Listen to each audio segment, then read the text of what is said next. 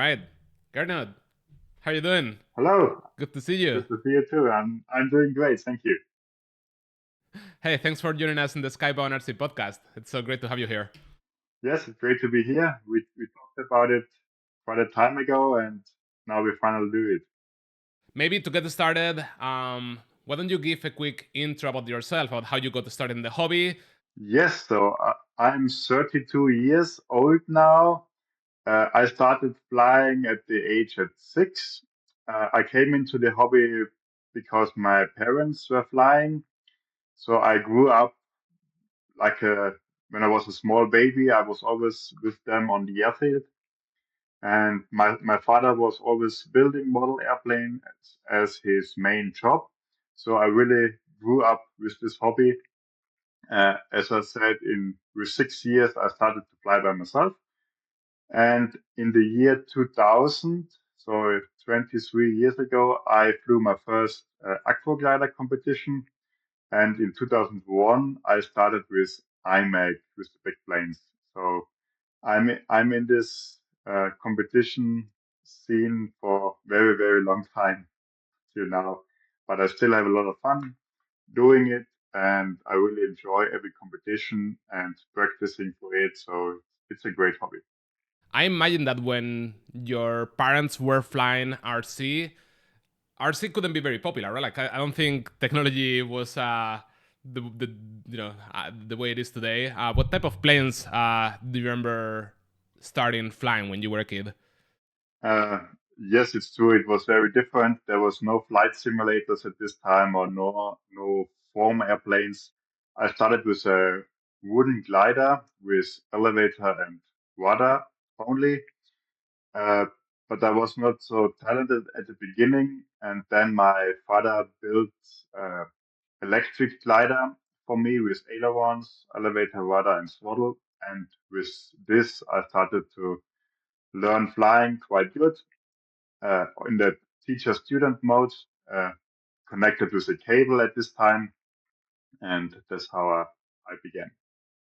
I know you. I guess the first time I heard about you probably was back in 2009, 2010. I think you came to Spain for a few competitions and we flew together.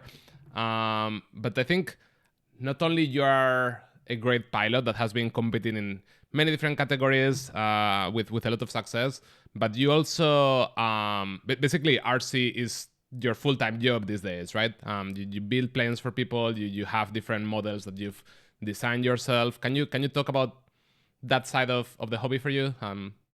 Yes, of course. As I said before, my father is doing this job building model airplanes, so mostly aerobatic gliders and towing airplanes since I think 35 years. And after school, I started to work together with him. I had some different projects by myself. We have a few projects together, and nowadays we build and work together on all the customer planes. And I produce mostly aerobatic gliders and towing airplanes for customers as they like them. So from a basic kit up to ready to fly, everything is available from us. So right now you basically have a bunch of different planes that you design and fabricate, right? And I think that you also sometimes might make other manufactured planes that you assemble and set up for customers, right? Yes, exactly. That's what I do. I also design my own F3A planes. I designed a few planes together with Krill in the past for IMAC, for example, the Yak 55, the Extra 330 SC. We had some very good projects together. And I always like to work as well with other companies, designing planes and bringing them to competitions. It's always very interesting. Yeah. I think one thing that I think is really cool when I see you at events is that not only you fly any airplane well, obviously like you have like great pilot skills, but also you usually come with pretty unique airplanes, pretty unique models. I think I've seen you flying anything from giant like gliders, giant like clip wing cabs. Like you have like a beautiful like BD5, right? And that's your own design, right? Yes, exactly. You always have something that is like pretty unique. and usually on the larger side of things. They're usually not small planes. Yes, exactly. It's for me. It's not always only flying competitions. Just model airplanes is my big passion. I like all kind of planes. So as you mentioned, I always have some little bit crazier projects from time to time, like my big ETA glider with 15.5 meter wingspan, or my very big Swift in the 66% size, or the BD5 is something special. I have the Kipling Cup from Bill Hempel. I had the Foccadia 1 triplane with a 800cc engine. At the moment, I start to work on something new, special, which I will announce by end of this year. So there's always something very nice what I'm working on, and I really enjoy it to show it and fly it. It's not only competition; it's also the passion of flying. Yeah, I'm sure that helps keeping things fun, right? Not so serious, not always like looking at training and what the next competition is.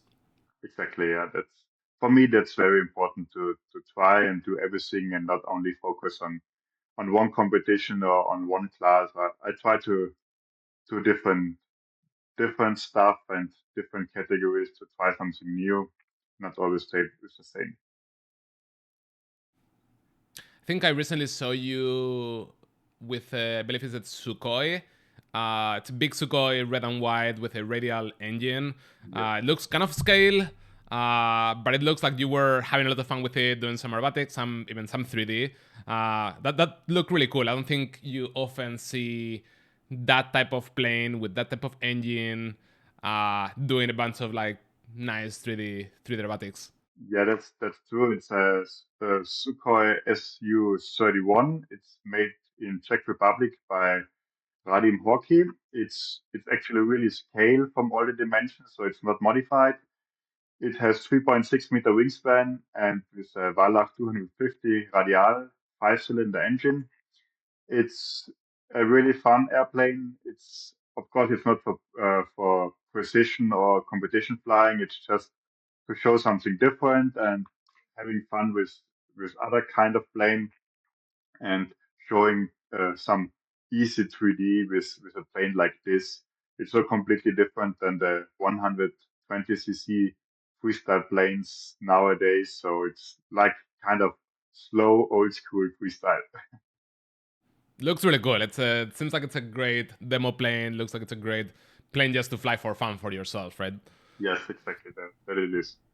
We're talking before about how you basically do this as your full time job. How hard is to do this as your job? Like how um, I mind that sounds really fun for people looking at it from the outside. I wonder how the economics work. Like, do you ever feel stressed out if like some month you get like less orders, or like the RC industry unfortunately is not something super huge, right? There's not millions and millions of people buying airplanes every day. Do you ever feel a bit of like pressure or concern if some months are slower than others, or over there in Europe you have enough people flying that you don't have much trouble like getting customers? We are very happy with the customer situation for our planes. We have a really lot of orders. We are only two persons, so we cannot produce 100 planes a year. So we don't need so many orders. But we have a long waiting list. Actually, we have about 1.5 to 2 years waiting time. So we still have very good orders, and Wow. so it's very good for us, and we are very very happy about all the customers who trust in us. And it's definitely a very nice job. I really like what I do. It's not always fun, but I think every job is not always fun. But all in all, I'm very happy with the situation, uh, doing what I like the most, and I'm flexible with time. So I try to work more in winter time, so I have more time in summer for flying, which is actually quite nice. And so I try to make the best out of it. That's really cool. Really happy for you. That sounds awesome. It's nice hearing that the business like that is doing a lot of cool stuff. Yeah, it's not only able to survive, but it's actually like thriving and it's really successful. You have a long waiting list there. Yes. This year you've been pretty busy for Encantel. I think most years you're pretty busy. This year I know you've been pretty busy. You've been in so many events, so many competitions that it's hard to keep track of all of them. But I've taken note of a couple of them that I thought we could chat a little bit about. So probably a big one I'm guessing for you this year was the F3A World Championships in Australia, right? Yes, definitely. In summertime, this was my main focus event competition. It was a special trip going to Australia. It was my first time, and I really tried to focus all the year to practice as good as possible for this event.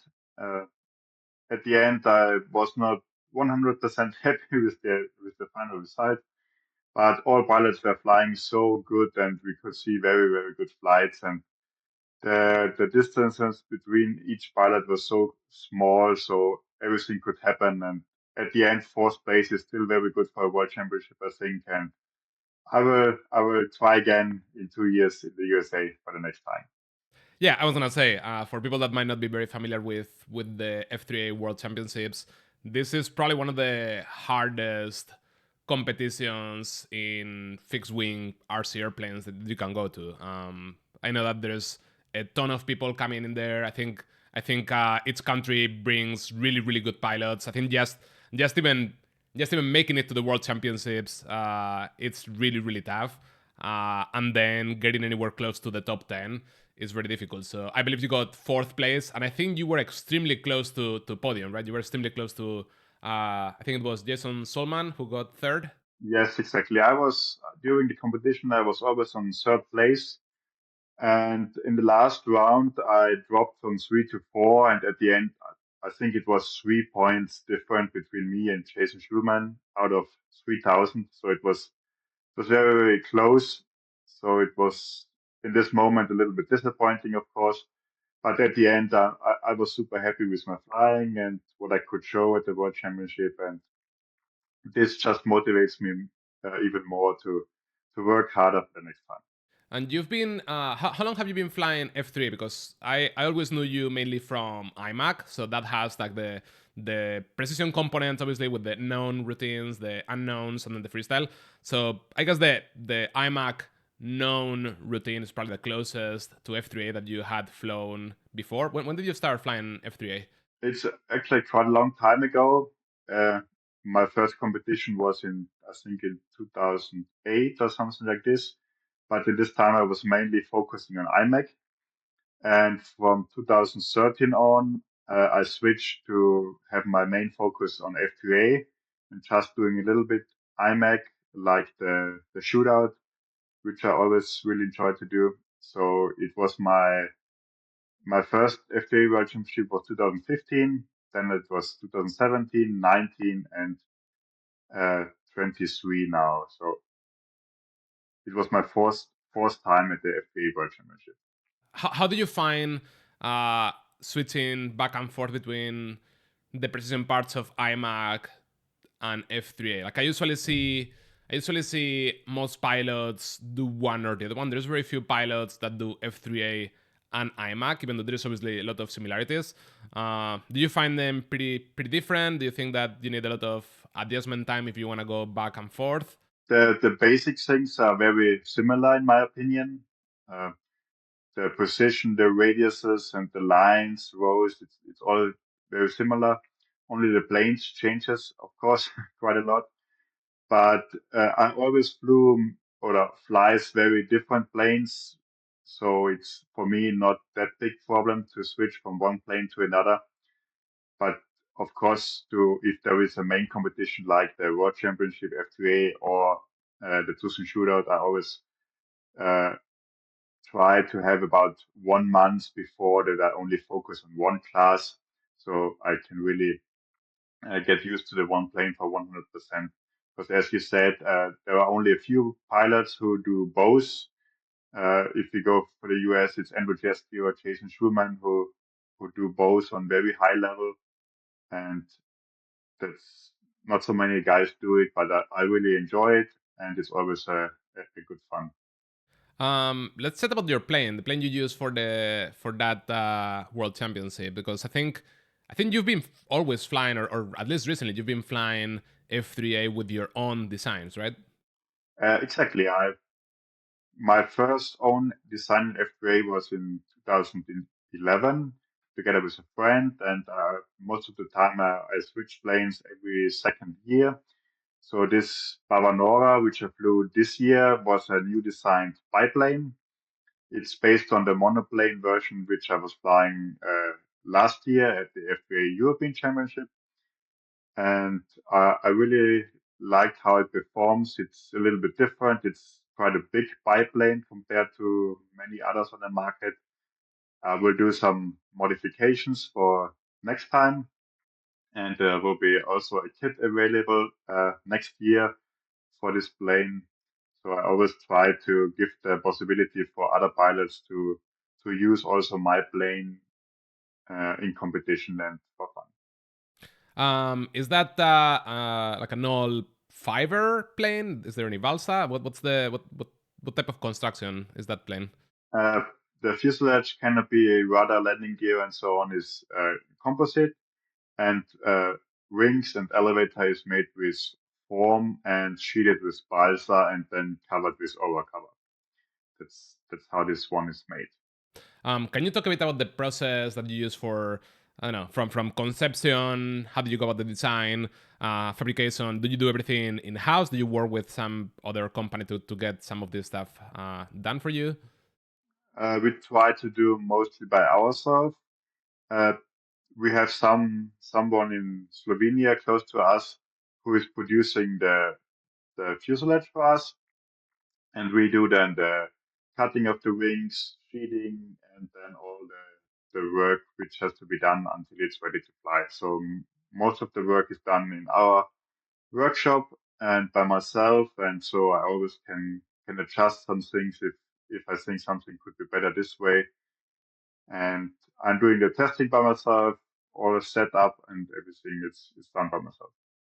For the design itself, do you do a lot of iterations? Do you do a lot of like back and forth, or usually are you able to just make a design, get it built, and that's the end. That's the end form of that plane. No, I always at the beginning I'm building the prototype just in white, so I can modify, for example, elevator position, wing position, and so on. I try to change incidents and so on. But during the years, I got some more experience, and so it works quite good from this beginning of the first time. So this is quite nice. But there are always some small changes to do. Each pilot always tries to make the best plane with almost no compromise, so you can focus just on flying and not on the plane.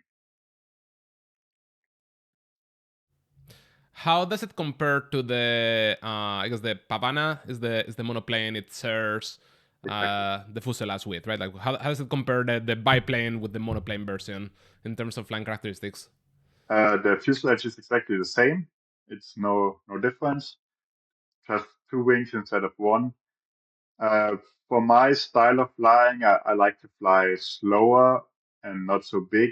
So the biplane helps me, especially in all the knife edge maneuvers, which are very common in the final sequence and unknown maneuvers. So as we could see at this World Championship, biplane is definitely the way to go. I think 8 out of 10 finalists flew with biplanes. So that's really the best option for this kind of competition for sure. What equipment are you using in this plane? Uh, I fly my jetty transmitter, the VC24. I have an Edward control drive system with Falcon propellers.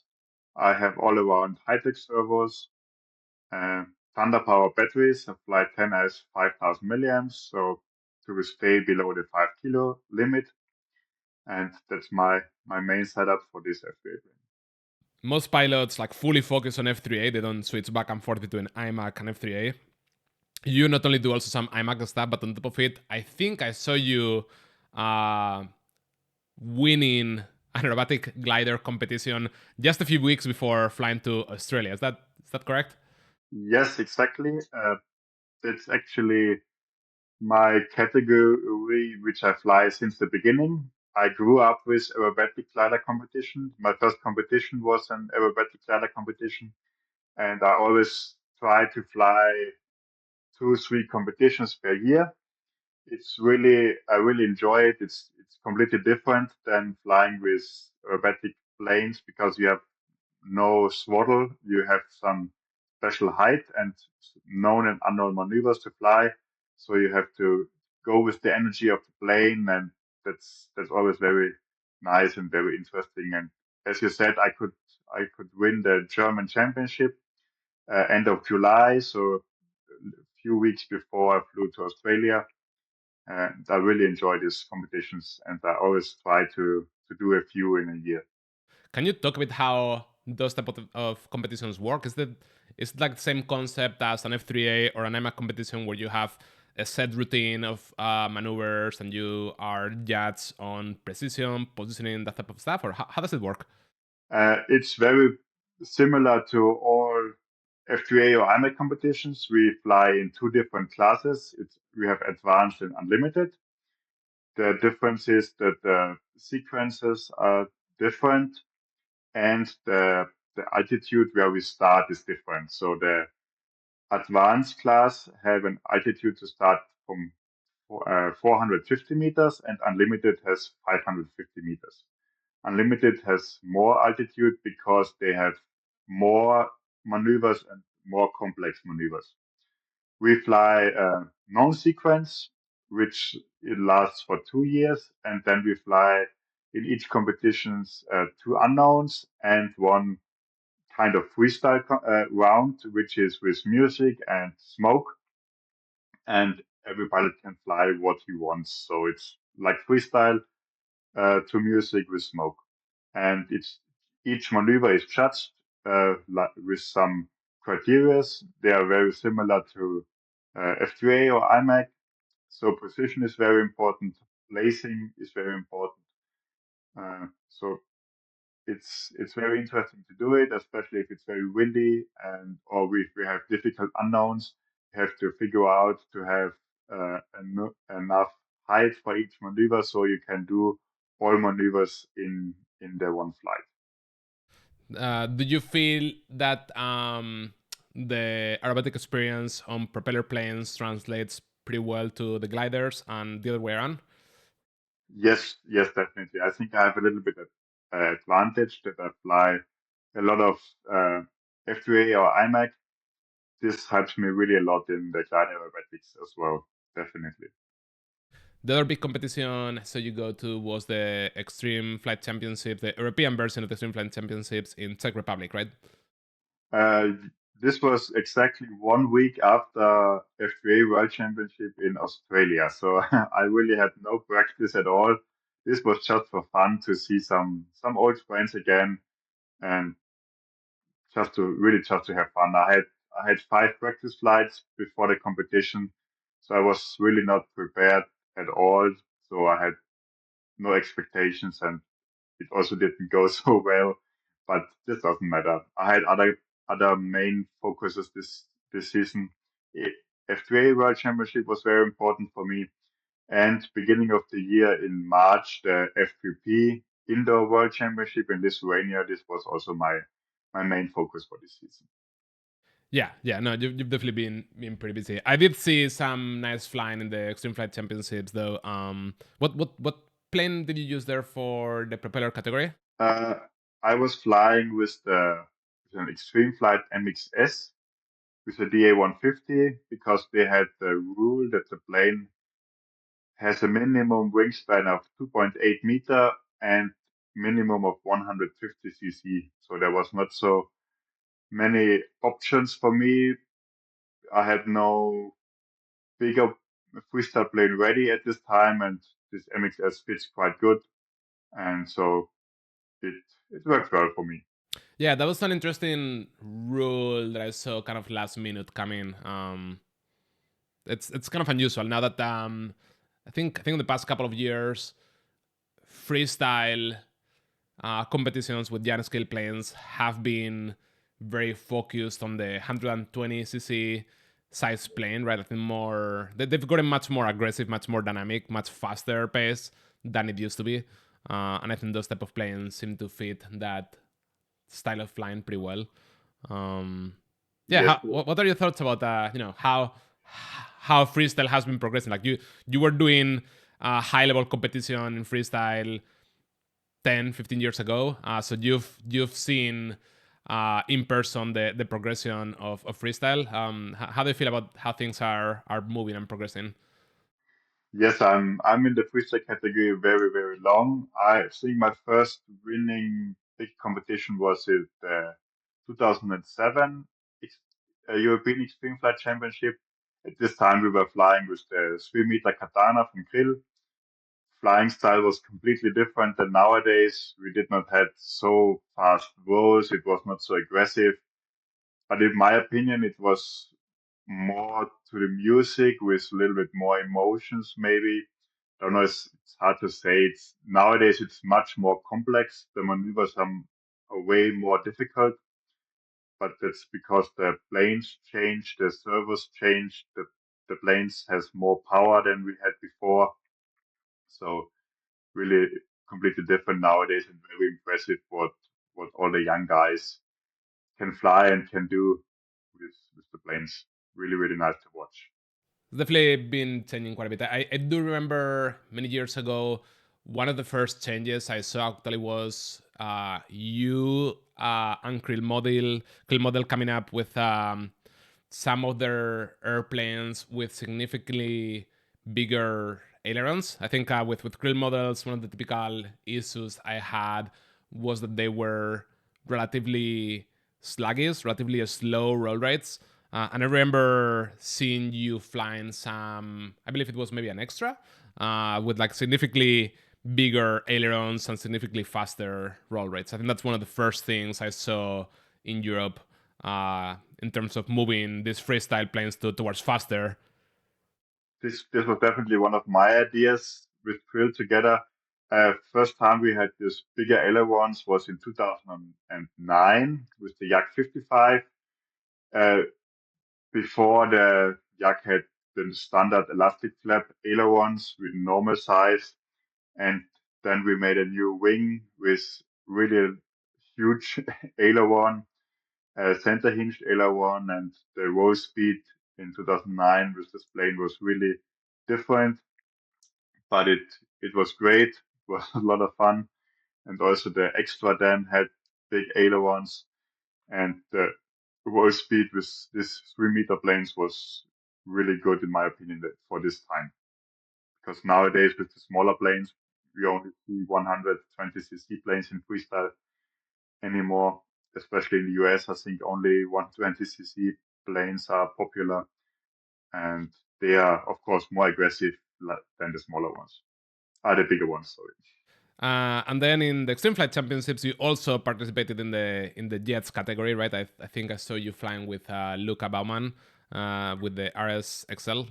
Yes, exactly. That's what we did. We had only one flight together before the competition, and then I had some technical issues in the third round with my turbine, and we couldn't go on flying. But it was really a fun experience, and I definitely want to do it again. It was fun, especially with the Ares, with the big turbine, with the vector thrust. Many nice maneuvers are possible, and also I think that the jet single freestyle competition would be very interesting to do. This would be something new, in my opinion, and we will see what the future will bring. I usually don't see you flying jets that often. Is the RSXL your first experience with thrust vector yet? I had a Futura from Tomahawk before with a vector thrust as well, but the vector thrust was different. The turbine was not so big, and the vector thrust was not so aggressive. And so the RSXL is now my first real 3D jet, I would say. Also, the big ailerons are really nice, and so the roll speed is very high, and with the big vector thrust, it's very aggressive to fly. Really a lot of fun to do. Yeah, I've been very impressed with that plane. I haven't had a chance to fly it myself, but when I've seen people using it, I don't think I've seen any yet that comes close to that. Like even other jets that are thrust vector capable, like the Mephisto or the Futura, they don't seem to be as capable as that plane. I think that plane, like the type of like things you can do, like the you can pretty much do rolling harriers even, which is like pretty unusual on a jet. It looks really fun. I'm surprised there's no more models out there following the same formula. Especially now that I think Krill Model is not producing many of them, so it's kind of hard to find.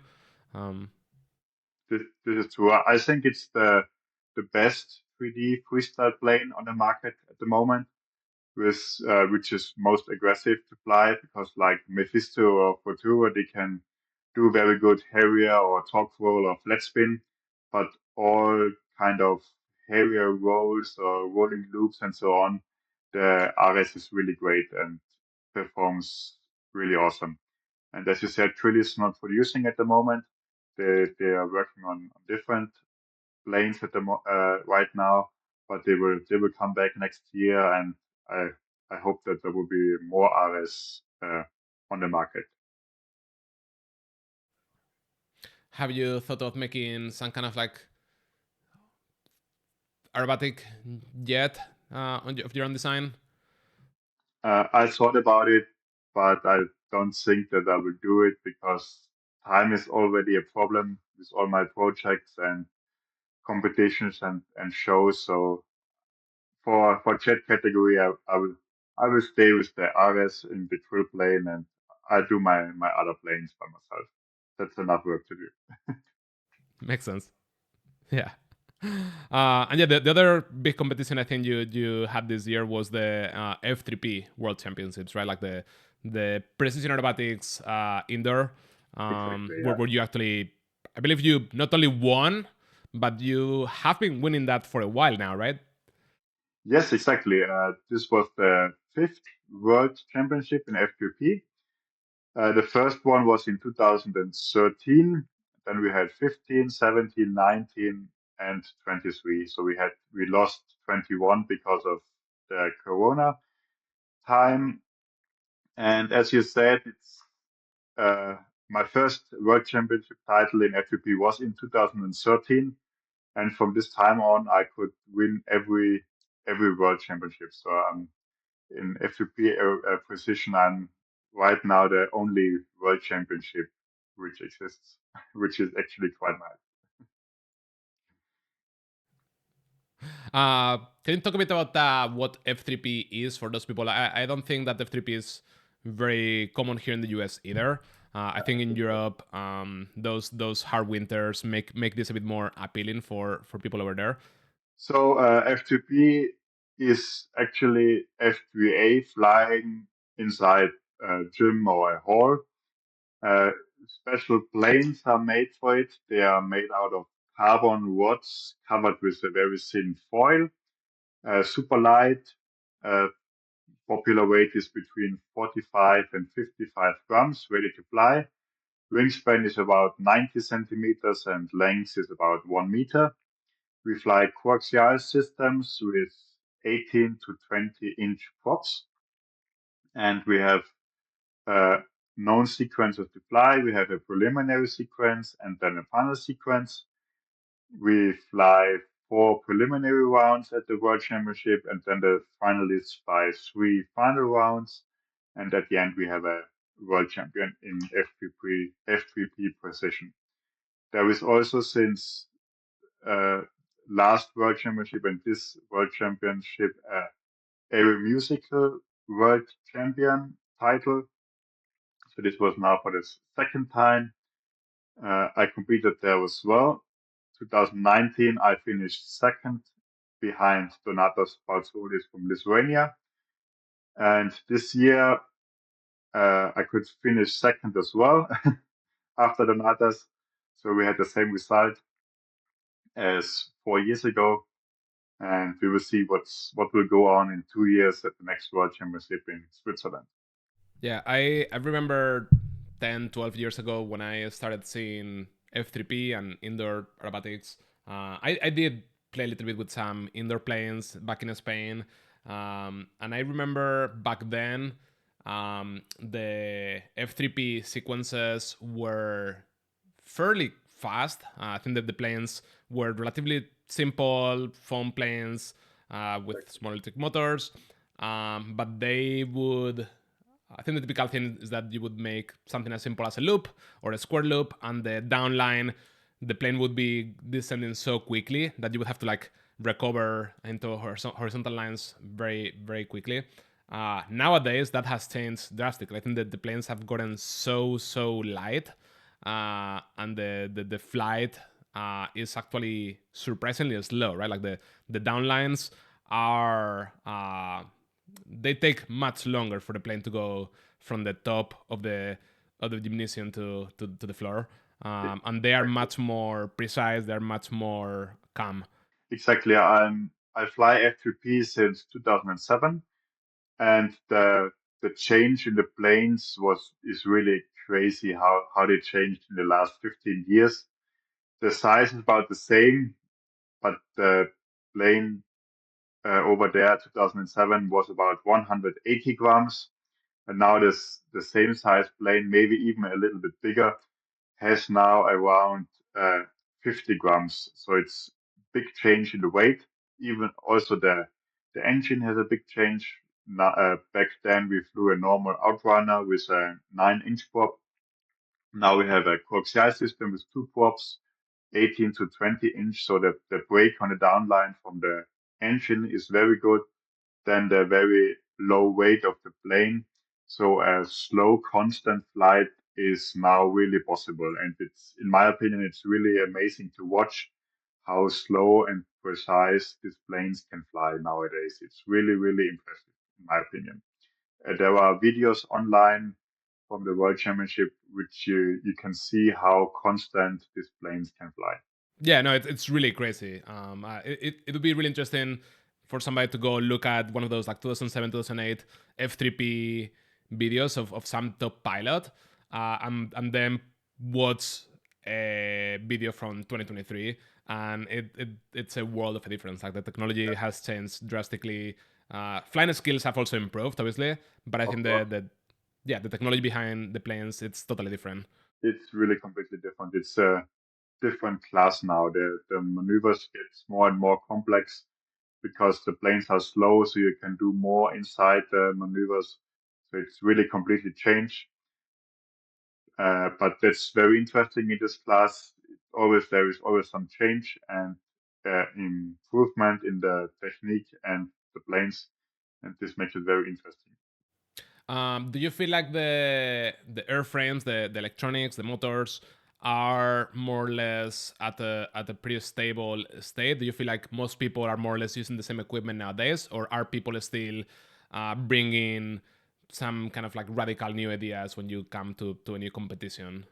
I think it's quite stable now. For example, I flew the at this World Championship my F3P plane from the last World Championship, so it was now 4 years old.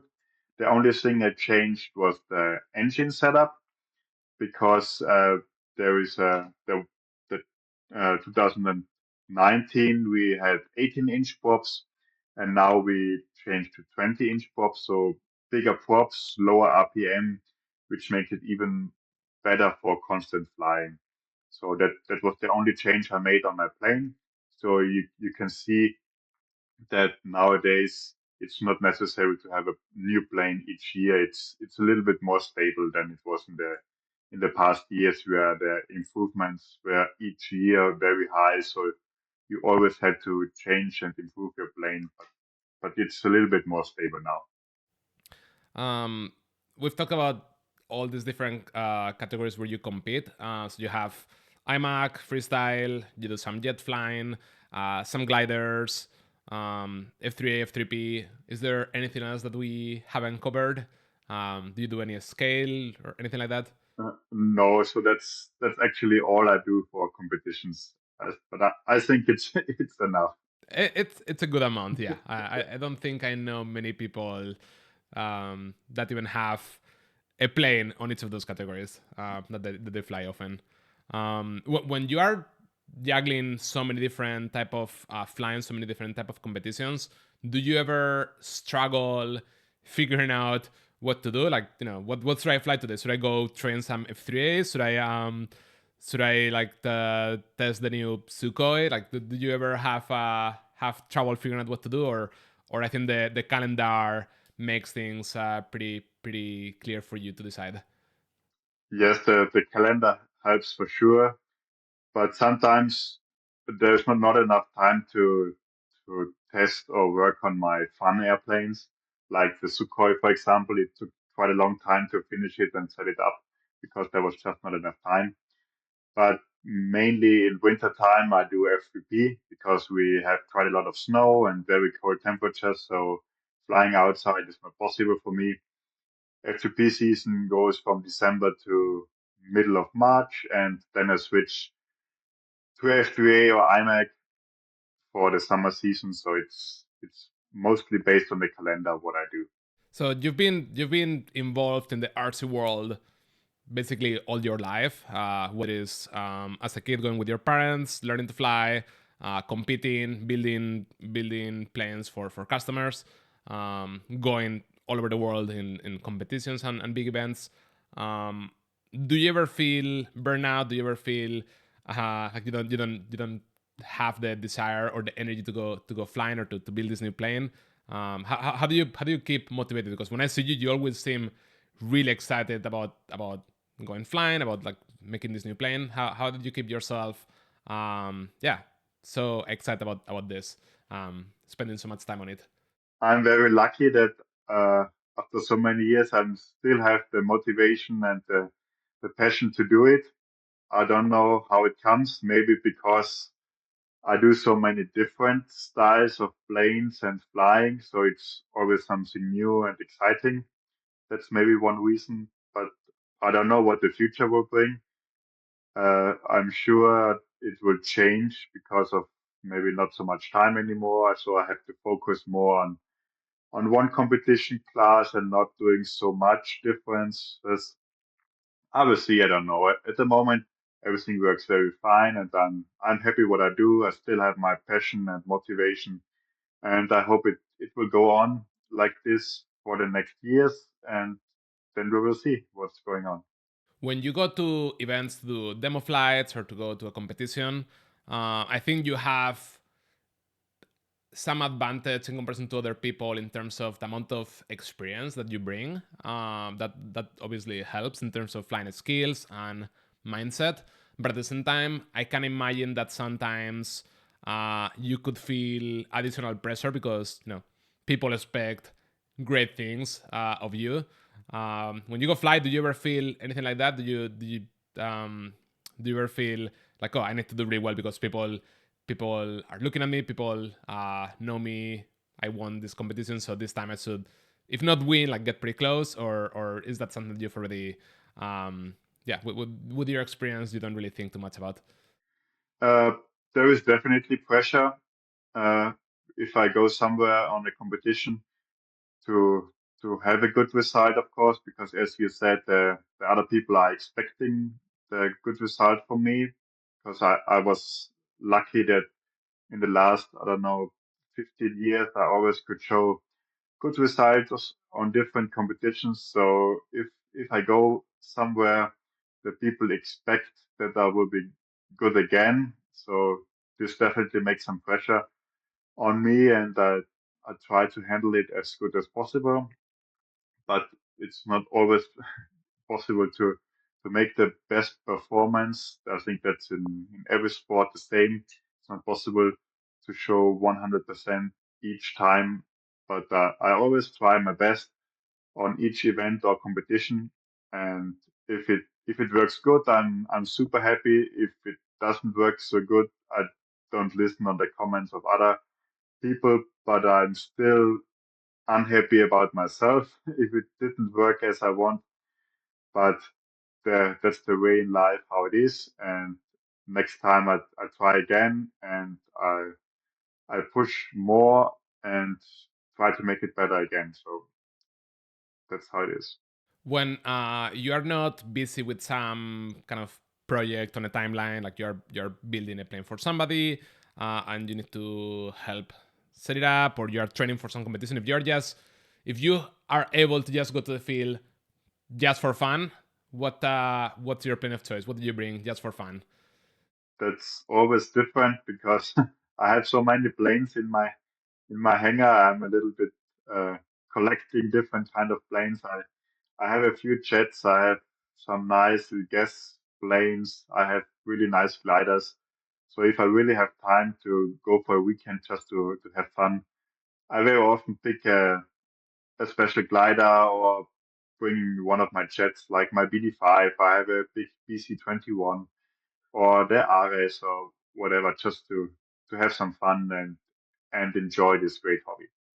Do you have any plans already made up for next year, for 2024, in terms of events, competitions, travel? Not sure 100%, uh, but there is the F3A European Championship next July. There will be another Tucson shootout in October, which I really want to go again. I will try to make it again. Always very difficult trip for sure, but I will try to do it again. It's always great to come back to the desert. I will do some glider competitions for sure, some F3A competitions, but haven't planned exactly what all I will and can do. Cool. Well, I think that basically covers pretty much everything I had planned to ask you. I don't know if there is anything else that you want to talk about. I think you really covered many many points for my flying career. Uh, Definitely what's from my side, which is always great that I had very good support of my family, friends, my wife. I had always some very good partners, different model airplane companies on my side. They which supported me on planes, products, and events, and I'm really very thankful for all their help. I think this made my career a lot easier than it could be. Yeah, I was gonna actually ask about your wife. I think I've seen some pictures where she actually is doing some flying herself. Yes, that's true. My wife Bettina flies too.